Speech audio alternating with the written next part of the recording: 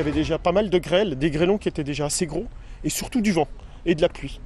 Donc on est rentré dans la tente, et c'est là que mon fils Samuel a vu que l'arbre tombait. C'est la désolation ce matin au camping des Trois-Lacs à Treptes, près de Bourgoin. La mini-tornade d'hier à 17h30 a ravagé les installations. La chute d'un arbre sur cet emplacement a fait une victime. La néerlandaise de 36 ans n'a pas survécu à ses blessures. Son enfant a été gravement blessé, mais ses jours ne sont plus en danger.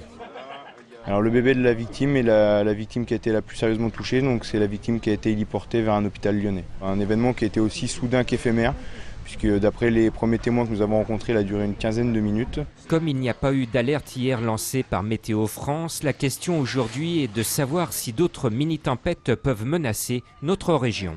Ce phénomène peut se reproduire. Le prévoir, c'est très compliqué.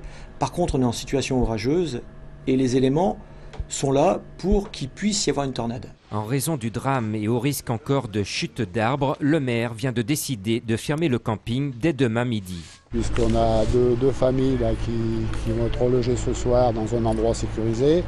Ce sont des familles dont les voitures ont été endommagées, qui sont en réparation et qui vont pouvoir partir demain. Les 500 occupants du camping sont en train de l'évacuer. Beaucoup se disent miraculés car des troncs sont tombés à quelques centimètres de leur toile. Ce but vaut 20 millions d'euros. De quoi réjouir Jean-Michel Aulas. Hier, sur la pelouse du Rubin Kazan, l'OL s'est qualifié pour la 12e saison consécutive en Ligue des Champions.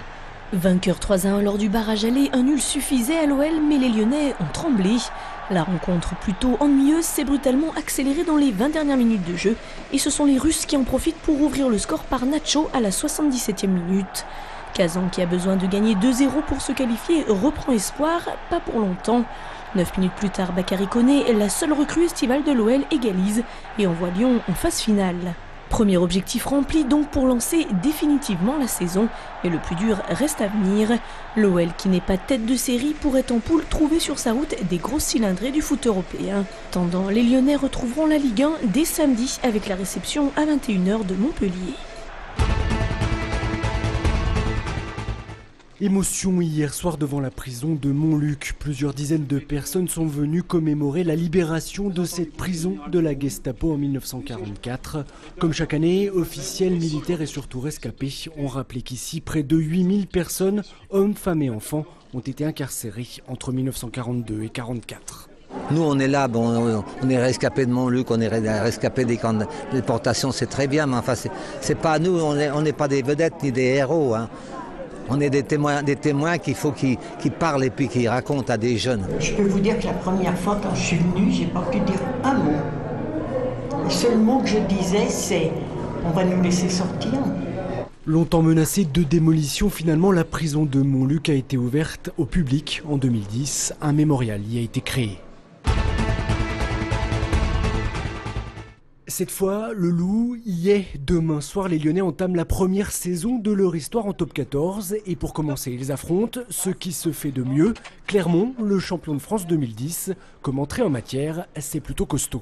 Il faut dire qu'on part avec beaucoup de Z dans notre jeu de Scrabble, là, donc c'est sûr qu'avec le nombre de blessés, Clermont qui n'a pas perdu depuis 2 ans, la moyenne de points est au-delà de 30 points pour chaque équipe qui se déplace là-bas, c'est compliqué. Ajoutez à ça une cascade de blessés, 12 précisément, et on comprend que les Lyonnais ne sont pas tout à fait sereins avant ce premier match. Demain, 7 joueurs évolueront pour la première fois au plus haut niveau. Leur seul objectif, ça sera de tenir le choc. L'objectif est de tenir notre rang. Au minimum, il nous faut un point de bonus défensif sur ce match de Clermont. On est en découverte. Donc comme toute découverte, on va jouer crânement notre chance sur tous les matchs. On doit provoquer cette chance-là. Même avec de la chance, de toute façon, l'entame de championnat s'annonce déjà très compliquée. Après Clermont, c'est Toulouse qui se présentera à Gerland. Autrement dit, après le champion de 2010, celui de 2011. Il ne faudra pas se démoraliser. Je crois que le mot d'ordre, ça va être solidarité dans les moments difficiles, patience, parce que étrangement, on est serein sur la durée. On pense qu'on a les moyens de figurer sur les 26 journées de top 14. Une chose est sûre donc, demain soir à Clermont, le Loup. On saura plus. Coup d'envoi à 20h.